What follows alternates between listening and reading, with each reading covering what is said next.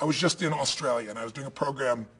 I've done a couple programs in a row down there, but one of the programs I did a little less than a year ago was a business program called Business Mastery.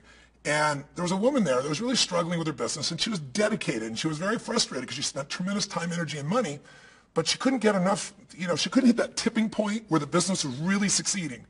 And so I went around the room and I explained to everyone that Apple Computers, which is not called Apple Computers anymore, it's called Apple for a reason, did something strategic at a key stage in 1997, about 16 years ago, when the company was near bankruptcy, to become one of the most successful companies in the world. And one of the things they did is they decided what business they're in was computers. Steve Jobs came back and he said, what business are we in? We're starting brainstorming. I know this because I've got some dear friends that were dear friends with Steve and know his entire history and what he lived through. Mark Benioff being one of those who started Salesforce.com right out of one of his seminars, left Oracle, started this business, and over the last 14 years built it to $4 billion a year in sales.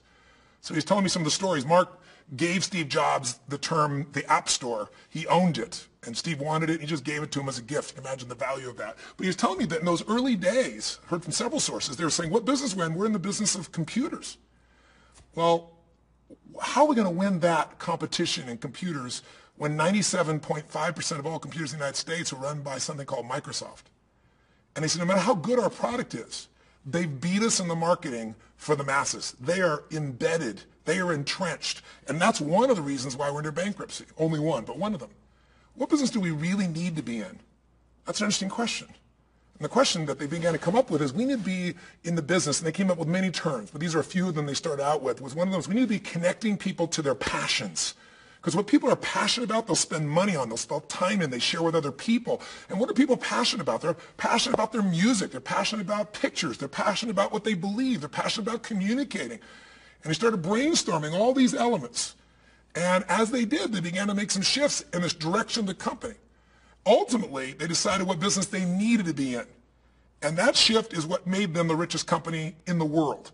And what they decided what business they needed to be in was all the above. If you look at Apple today, they get rid of the name Apple Computers. They're just called Apple because Apple now is a connector of passions. They build simple, cool technology that connects people to everything that they love.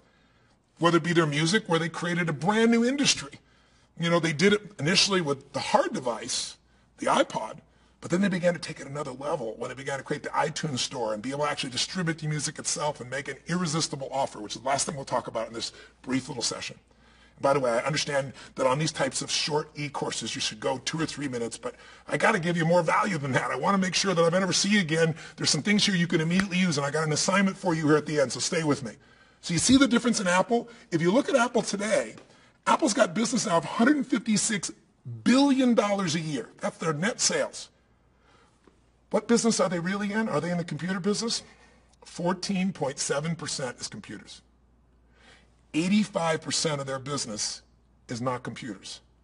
How important was it to answer that question? What business am I in? What business am I really in? What business do I need to be in? Pretty damn critical. Most businesses fail because they fall in love with what the business they think they're in is, rather than saying, what business am I really in, what business do I need to be in, and anticipating how to meet their needs of their customer better.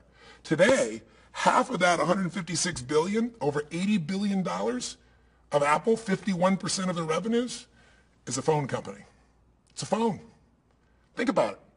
This is a business that would not be the business it is. It stayed into where the computer business. You create a box that you live in. Instead, what you got to do is connect out to your ideal customer and meet their needs and let that drive your business. That'll revolutionize your business, whether you're a person of one trying to build something or an army of 50,000. Listen, I have the chance and the privilege of working with multi-billion-dollar companies, thousands and tens of thousands of employees, and mom and pops, a medical doctor, a dentist, a chiropractor with an army of 3 or 4, and we help them double their business in 6 months.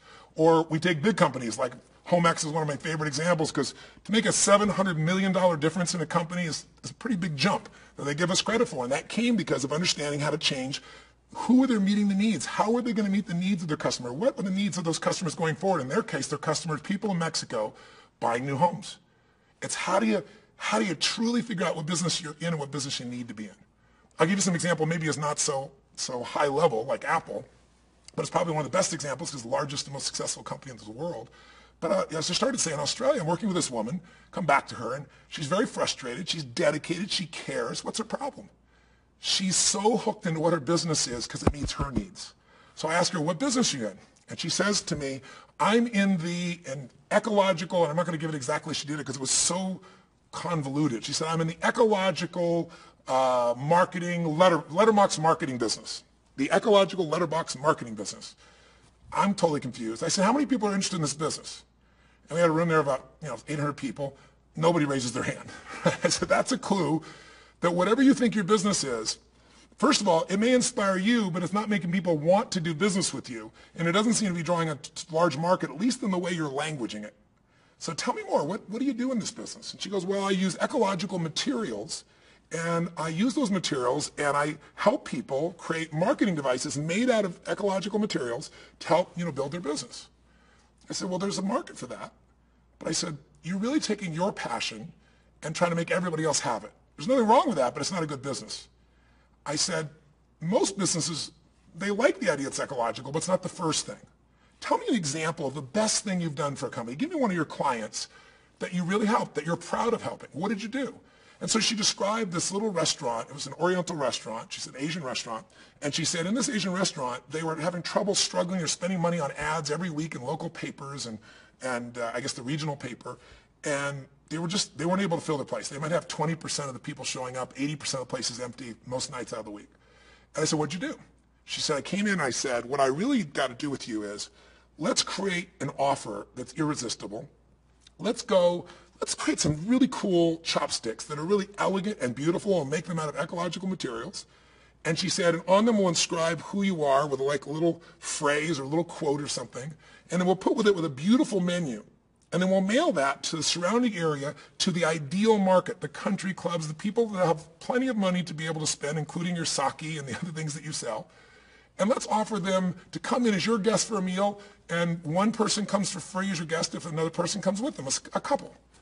And she said it worked gangbusters. She said it was unbelievable. And but they had to bring their chopsticks in to redeem it. That was it. And she said people brought in their chopsticks, and it became this kind of code of honor, and people were so grateful for this meal. The food was so good. Once they got a taste, they kept coming back.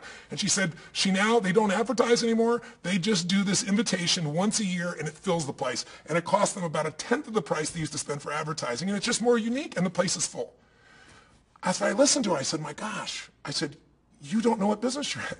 I said, if you asked me, this is the wrong way of describing it, but I'd say you're in the business of helping businesses make more money. I said, how many of you in this room are interested in hearing somebody who can make your business more money immediately? And you got 95% of people raising their hand.